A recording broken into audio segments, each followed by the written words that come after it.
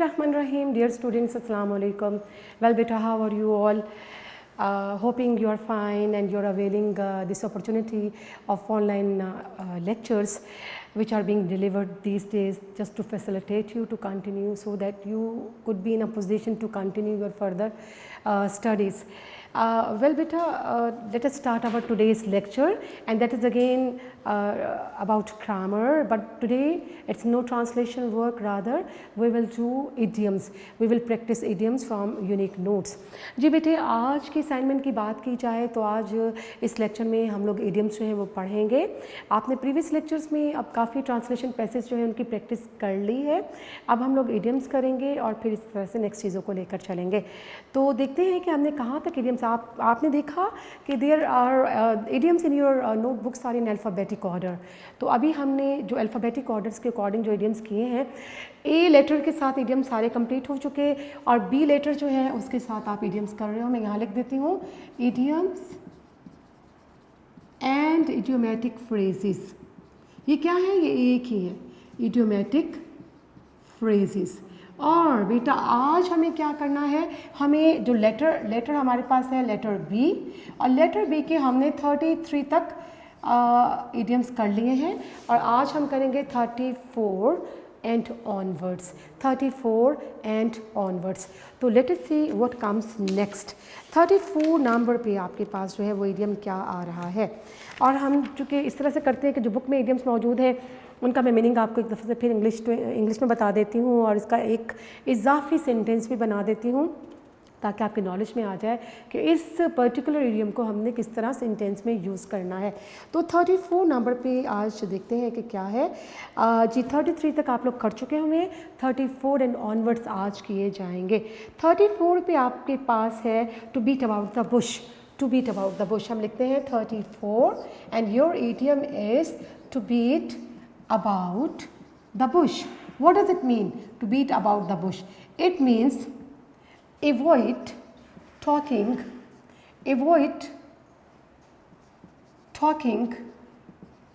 about main points. यानी to avoid talking about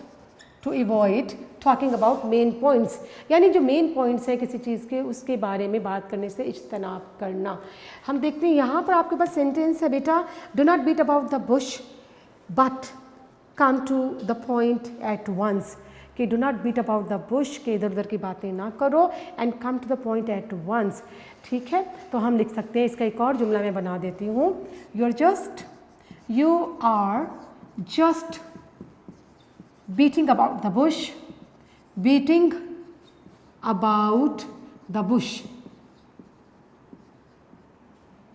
Tell me frankly what you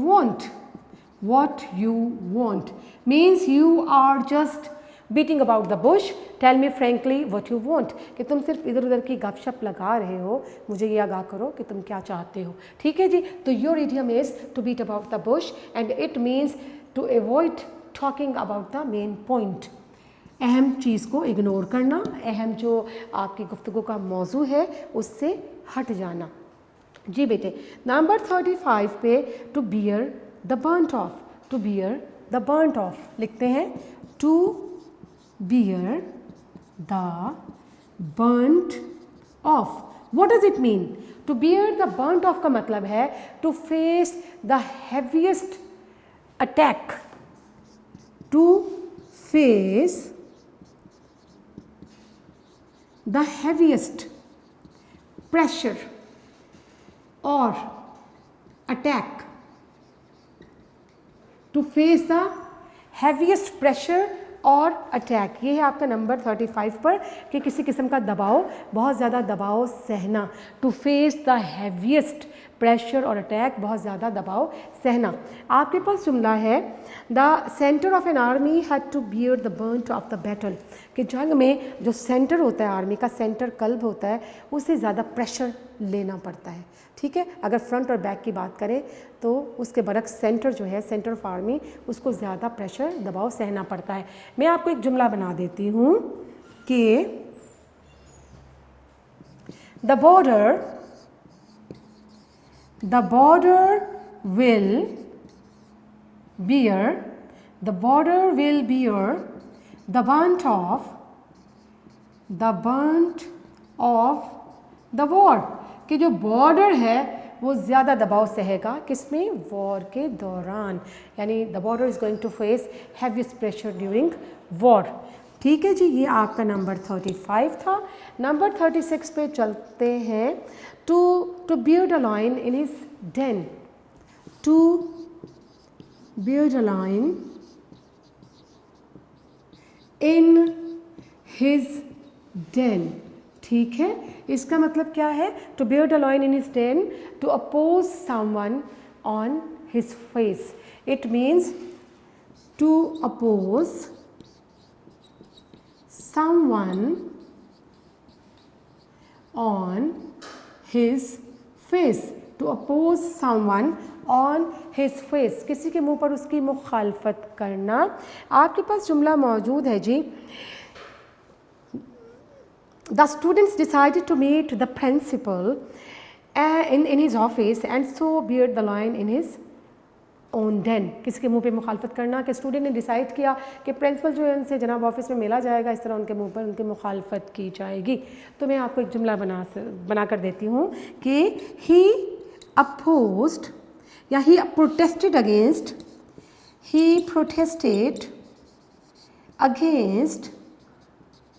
his boss in his office and thus built a line in his den। क्या है जनाब, he protested against his boss in his office and thus built a line in his den, कि उसने अपने office में ही boss को protest किया है, ऑफिस में अपने ऑफिस ही protested against his office in his office, कि अपने बॉस को उनके ऑफिस में प्रोटेस्ट किया है, इस तरह से मुंह पर मुखालफत करने का मुर्तकिब हुआ है। ठीक है जनाब, इसको ये भी कहा जाता है कि शेर के मुंह में हाथ डालना, ख़तरे को दावत देना। ठीक है, ये बेटे आपके कितने हो गए, 34, 35 एंड 36। 3 इडियम्स आपने किए। To beat about the bush, to avoid talking about main points, you are just beating about the bush, tell me frankly what you want. To bear the burnt of, it means to face the heaviest pressure or attack. And the sentence is, the border will bear the brunt of the war. And number 36, to bear the lion in his den, mean to oppose someone on his face. The sentence is, he protested against his boss in his office and thus beard the lion in his own office. Right, तो आपने बेटे 36 तक जो है अब ये idioms कर लिए हैं। आगे चलते हैं 37 पे, मज़ीद कुछ इडियम्स जो हैं वो कर लिए जाएं और आप इसको नोट डाउन करते रहें ताकि आपके पास एक इजाफी जुमला भी आ जाए। अगर आपको बुक से कोई मुश्किल लग रहा है और ये आसान है, या जिस तरह से आपको पता चल जाए कि सेंटेंस मेकिंग कैसे हो सकती है इस इडियम की। तो बेटे नंबर 34, 5 एंड 6 हो चुके। नंबर 37 पे चलते हैं। To beat the air, to 37, to beat the air. To beat the air means useless effort, बेकार की कोशिश को कहा जाता है to beat the air। तो हमारे पास 37 पे जुमला मौजूद है, it is no use beating the air, man can never live on the moon, कि बेकार की बातें मत करो, इंसान जो है वो चांद पे रिहाइश पजीर नहीं हो सकता। तो ये यूज़लेस एफर्ट है to even to talk about this. तो मैं आपको लिख के देती हूँ, to argue with him, to argue with him is like beating the air. Right, to argue with him is like beating the air, कि उस शख्स से आर्ग्यू करना, बहस करना बिल्कुल ऐसे ही है जैसे बेकार की बात हो, जैसे कोई काम बेकार किया जा रहा हो। Number 38 is, number 30, to beggar description, to beggar description, To beggar description mean something which we cannot describe, undescribable, inexpressible, undescribable, और हम कह सकते हैं इनएक्सप्रेसिबल। इनएक्सप्रेसिबल क्या मतलब? वो चीज़ जो कि वाज़े ना की जा सके, एक्सप्रेस ना की जा सके और ज़बान बयान करने से जिसे कासिर हो, वो बैगर डिस्क्रिप्शन कहा जाता है। हमारे पास जुमला है the beauty of day dawn, beggars description, कि सुबह सवेरे की जो खूबसूरती है वो अल्फाज बयान करने से कासिर है। तो I have another sentence for your convenience and that is the beauty of the town, the beauty of the town truly beggars all description, कि जो कस्बे की शहर की खूबसूरती है वो बयान करने से हम कासिर हैं। ठीक है, जो the beauty of the town truly beggars all description. जी बेटा, number 39, and number 39 is to bid fair to, to bid fair to, to bid fair to. What does it mean? इसका क्या मतलब हुआ? To bid fair to का मतलब होगा to seem probable, to seem probable, साजगार नजर आना, to seem probable, मुमकिनात में नज़र आना, कोई चीज़ मुमकिनात में नज़र आना, साजगार नज़र आना। तो हमारे पास जुमला इसमें मौजूद है His health is so good that he bids fair to live till the age of 90, कि उसकी हेल्थ इतनी अच्छी है कि ये हालात साजगार नज़र आते हैं कि वो 90 ईयर्स तक जी सकता है। तो मैं आपको एक जुमला बना देती हूँ कि he got high grades, he got high grades in exams. He bids fair to join an excellent college, कि एग्ज़ाम में इसके मार्क्स अच्छे आए हैं और ये बात साजगार नज़र आ रही है कि he would be in a position to get admission in an excellent high school और इवन कॉलेज और सम इंस्टीट्यूशंस। राइट बेटे, आपके पास 37, 38, 39 तक सेंटेंस आ गए। इसको एक दफ़ा फिर गो थ्रू कर लीजिएगा। To beat the air means an useless effort, to argue with him is like beating the air. The next one is the beggar description. To beggar description mean undescribable. It also means inexpressible. And the sentence is the beauty of the town is truly, the beauty of the town truly beggars all description. Next idiom is to bid fair to, means to seem probable. And the sentence is he got high grades in examinations and he bids fair to join an excellent college. Fine बेटे, 39 तक आपके हो गए। Next चलते हैं और next idioms को हम लोग करते हैं 40 से। और हम लोग कौन सा लेटर कर रहे हैं? B letter. और आपके फर्स्ट टर्म में जो इडियम्स हैं वो शामिल होंगे लेटर ई तक, लेटर ई फॉर एग।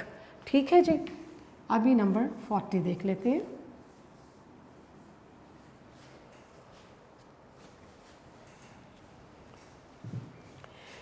जी बेटे, नंबर 40 पे देखते हैं कि क्या है। Number 40 is blind impulse. आपका इडियम है ब्लाइंड इम्पल्स। ब्लाइंड इम्पल्स क्या है? ब्लाइंड इम्पल्स का मतलब a sudden desire to do something, एक अंधी तहरीक, यानी एक ऐसा डिज़ायर जो अचानक कि आपके जहन में आ जाए। A sudden desire to do something, a sudden desire to do something, यानी अचानक ही एक ऐसी तहरीक मिलना, कुछ करने की तहरीक मिलना, कुछ कर गुजरना। जी आपके पास है acting on a blind impulse, he suddenly decided to run away from house. अचानक ही पता नहीं क्या ख्याल उसके जहन में अंधी तहरीक आई कि उसने घर से भागने का इरादा कर लिया। मैं आपको इसका जुमला बना देती हूँ आपका सेंटेंस है acting on a blind impulse, acting on a blind impulse she decided to submit her resignation, to submit her resignation. ठीक है जी, आपके पास जुमला आ गया, acting on a blind impulse she decided to submit her resignation, कि कंधी तहरीक अजीब ख्याल उसके जहन में समाया कि she decided to resign from her service, ठीक है, तो गिव रेजिग्नेशन, तो उसने डिसाइड कर लिया कि वो रेजिग्नेशन दे देगी। तो बेटे कितने हो गए, 40 तक आपने कर लिए। 41 पे चलते हैं। 41 पे आपके पास जुमला आ रहा है ब्लाइंड एले, ब्लाइंड एले, ब्लाइंड एले मीन बंद गली, बंद रास्ता, something producing no result, useless, futile, it means useless, बेकार, फ्यूटाइल, फ्यूटाइल। यहाँ इसको हम क्या कहते हैं, प्रोड्यूसिंग नो रिजल्ट, जिसका कोई नतीजा सामने ना है, producing no result, producing no result. जी बेटे, इसका सेंटेंस हम देख लेते हैं कि इसमें क्या लिखा है कि his present job is just a blind एले, कि उसकी जो मौजूदा जॉब है बिल्कुल यूजलेस है, it is producing no result at all, कोई नतीजा सामने नहीं आ रहा, बंद गली है, तो there is no hope for advancement, तो आगे बढ़ने के कोई चांसेस भी नहीं है। एडवांसमेंट मीन प्रोग्रेस, तो हम लिख लेते हैं यहाँ पर ही would not be able to get success in his job as it is a blind alley with no chances to excel। क्या मतलब कि he would not be able to get success in his job, कि वो इस job में कोई कामयाबी नहीं हासिल कर सकेगा, as it is a blind alley, क्योंकि ये बिल्कुल यूजलेस है, बेकार है, बंद गली की तरह है, जिसमें कोई रिजल्ट निकलने वाला नहीं है, with no chances to excel, आगे बढ़ने का कोई चांस नहीं है। एक्सेल मीन टू सरपास, आगे बढ़ना। नंबर 42 पे हम देखते हैं क्या है जी, a blessing in disguise, an important idiom, a blessing in disguise, बड़ा इम्पोर्टेंट इडियम है, बोर्ड पॉइंट ऑफ व्यू से भी बहुत इम्पोर्टेंट है। इसका मतलब क्या है, refers to something,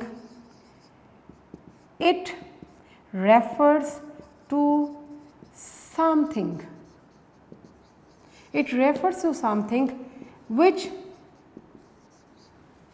seems to be unlucky, which seems to be unlucky, but is good actually, but it is good actually।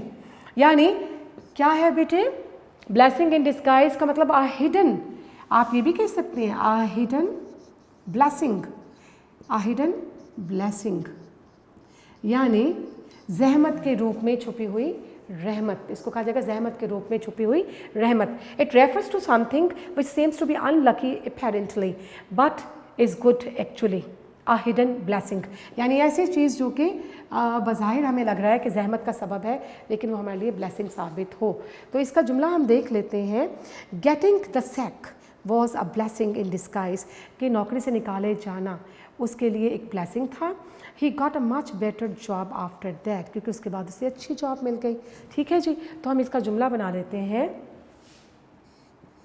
Losing that job was a blessing in disguise, as he got a profitable business, as he got a profitable business later on. Later on क्या मतलब, losing that job was a blessing in disguise, कि उसकी job का खो जाना, चले जाना उसके लिए ब्लेसिंग थी, छुपी हुई रहमत थी। ऐसी got a profitable business later on, क्योंकि बाद में एक बेहतरीन बिजनेस उसे मिल गया। ठीक है जी, आपके पास हो गए इडियम्स कहाँ तक, 42 तक। इसको रिवाइज कर लेते हैं। Blind impulse, blind impulse mean a sudden desire to do something, and the sentences acting on a blind impulse, he decided to submit her resignation. Number 41, blind alley. Blind alley mean useless, something which is useless, futile, which is producing no result at all. And the sentence is, he would not be able to get success in this job as it is a blind alley with no chances to excel. A blessing in disguise, जहमत के रूप में छुपी हुई रहमत. It refers to something which seems to be unlucky but it is good indeed or actually. और इसको कह सकते हैं हिडन ब्लेसिंग, हिडन ब्लेसिंग भी इसको हम कह सकते हैं. तो सेंटेंस क्या है, losing that job was a blessing in disguise as he got a profitable business later on. या लेटर, आप लेटर भी कर सकते हैं, as he got a business profitable business later. जी बेटे, आपके पास हो गए जुमले कितने, 42 तक. थोड़े से मज़ीद इडियम्स जो हैं वो आज के इस लेक्चर में हम लोग करते हैं. नंबर 43 से लेके चलते हैं बेटे, और अब देखते हैं कि इडियम्स जो हैं वो आपके कौन कौन से हैं.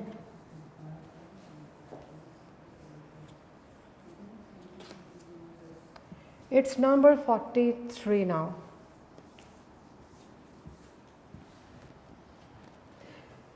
जी बेटे, नंबर 43 पे आपके पास जो नेक्स्ट इडियम आ रहा है वो है brain drain. Very important idiom, one of the very important idiom, brain drain. और ये किस नंबर पे आपके पास आया है, 43 नंबर पे. और आज हमने कहाँ से इडियम पढ़ना स्टार्ट किए हैं, लेटर बी के इडियम्स किए जा रहे हैं. और नंबर कौन सा है बेटे, 43. और ब्रेन ड्रेन क्या होता है, loss of, it means loss of intellectual and technical stuff. Loss of intellectual and technical staff. Number 43 यानी क्या मतलब है कि हुनरमंद लोग जो हैं उनकी किल्लत हो जाना, उनका हिजरत किए जाना, हुनरमंद लोगों की हिजरत और उनकी किल्लत हो जाना. तो बेटा इसका हम जुमला देखते हैं क्या लिखा है कि Britain suffered a considerable brain drain to the United State after World War 2. कि वर्ल्ड वॉर 2 के बाद ब्रिटेन को, बरतानिया को हुनरमंद लोगों की किल्लत का सामना करना पड़ा जो हिजरत कर गए थे कहाँ, अमेरिका चले गए थे. ठीक है जी, हम इसका जुमला बना देते हैं कि देखिए बेटा, Ireland has suffered a huge brain drain in recent years. Ireland has suffered a huge brain drain in recent years. के मौजूदा सालों में आयरलैंड जो है उससे बहुत ज़्यादा ब्रेन ड्रेन का सामना करना पड़ा है. यानी द टेक्निकल स्टाफ और the intellectuals they got shifted to other countries. ठीक है, इसके बाद नंबर 44 पे देखते हैं बेटे आपके पास नेक्स्ट इडियम क्या आ रहा है. Your very next idiom number 14 और number 14 is a bone of contention. Very important idiom, a bone of contention. और ये बोर्ड में कई दफ़ा आ भी चुका हुआ है. A bone of contention, a bone of contention, a bone of contention. What does it mean? A bone of contention mean a cause of strife, a cause of disagreement. मैं लिख देती हूँ यहाँ पर बेटा, a cause of strife, झगड़े की वजह, a cause of disagreement, a cause of quarrel, disagreement, a cause of quarrel, झगड़े की वजह. तो बेटे इसका सेंटेंस हम देखते हैं नंबर 44 पे कि आपके पास क्या मौजूद है. The boundary line between the farms The boundary line between the farms was a bone of contention between the two farmers. दोनों farmers के दरमियान जो boundary line थी farms की वो वजह तनाज़ा थी। ठीक है जी, मैं आपको इसका एक जुमला बना के देती हूँ कि grandfather's will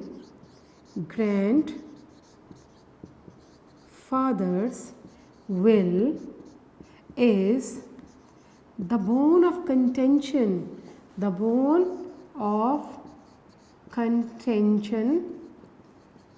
for the whole family,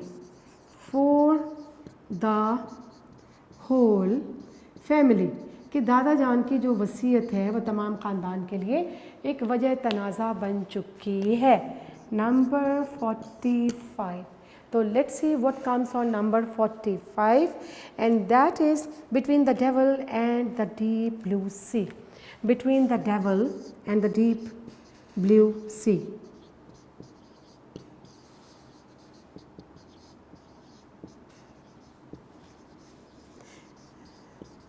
Between the devil and the deep blue sea. What does it mean? इसका मतलब क्या है? It means confronted by two equally difficult and unexpected choices. ठीक है जी, faced by two equally difficult and unacceptable situations, choices, जिसे हम कहते हैं इधर कुआं उधर खाई, दो मुश्किलात में फंस जाना, दोनों जानिब मुश्किलात का सामना करना। तो between the devil and the deep blue sea means faced by two equally difficult and unaccepted choices. इसका हम सेंटेंस देखते हैं कि आपकी बुक में 45 पे क्या बना हुआ है। The pirates had to fight and be killed, के डाकुओं को या तो लड़ाई करते हुए मारे जाना था और give up and be hanged, यहाँ अगर वो लड़ाई तर्क कर देते, छोड़ देते तो फांसी उनका मुकद्दर होती। तो they were between the devil and the deep blue sea, तो वो क्या है, इधर कुआं और उधर खाने वाला हिसाब था। दोनों चॉइसेस उनके लिए एक्सेप्टेबल नहीं थी। ठीक है जी, इसका हम एक और सेंटेंस जो है वो बना लेते हैं। trying to please his boss and the manager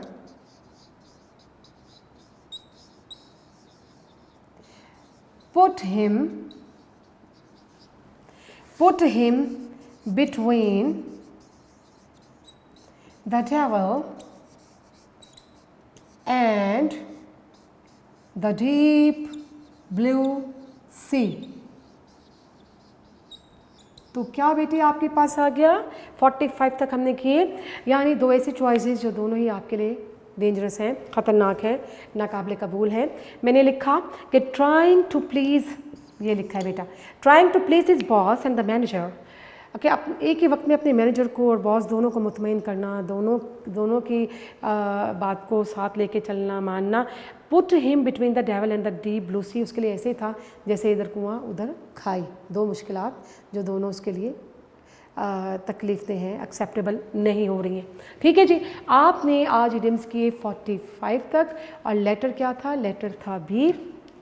बेटे आपको मैंने ये कहा कि इडियम्स जो है वो आप चूँकि अभी एफएससी सिलेबस में ही पढ़ रहे हो, इससे पहले आपने इडियम्स जो है ना तो 9th-10th में किए हैं, ना ही फर्स्ट ईयर में किए हैं, पेयर ऑफ वर्ड्स पढ़े हैं आपने। इडियम जो है this is something new for you. तो बेटे इडियम्स जो हैं उनको साथ साथ रिवाइज़ करें, प्रैक्टिस करें और इसके सेंटेंसेस को समझें और इसको जहन नशीन करें, इसकी प्रैक्टिस कर लें, मामूल बना लें कि हमने यहाँ से यहाँ तक 10 इडियम्स जो हैं वो रूटीन में याद कर लेने हैं, इसके सेंटेंसेस बना कर चेक करने हैं, देखने हैं, इसके मीनिंग को जहन में बिठाना है। क्योंकि बेटे बहुत से बाज़ दफ़ा ऐसा होता है कि आप नहीं तवज्जो करते, पढ़ लेते हो, लेक्चर ले लेते हो, चीज़ों को रिवाइज़ नहीं करते, याद नहीं करते, तैयार नहीं करते, तो इतने ढेर सारे इडियम इकट्ठे हो जाते हैं कि वो सब जो है उनके मीनिंग जो है वो मिक्स हो जाते हैं, आप लोग कंफ्यूज हो जाते हो और सही तरीके से फिर उसको आप सॉल्व नहीं कर पाते। तो बेटे इसलिए बहुत ज़्यादा ज़रूरी है कि आप जो है इडियम्स के साथ साथ जो है वो प्रैक्टिस करते रहो। ठीक है बेटे, और ये है कि नॉट ओनली ईडियम्स बल्कि जितने भी आपने ग्रामर पढ़ी, जितने भी आपने अभी टेक्स्ट पढ़ी है, जो चीज़ें भी आप रूटीन में लेक्चर्स ले रहे हो, वो सब चीज़ें साथ साथ बेटे रिवाइज़ करना बहुत ज़रूरी है। टाइम बहुत प्रीशियस है आपके लिए, टाइम बहुत कीमती है आपके लिए, इसको ज़ाया नहीं करना।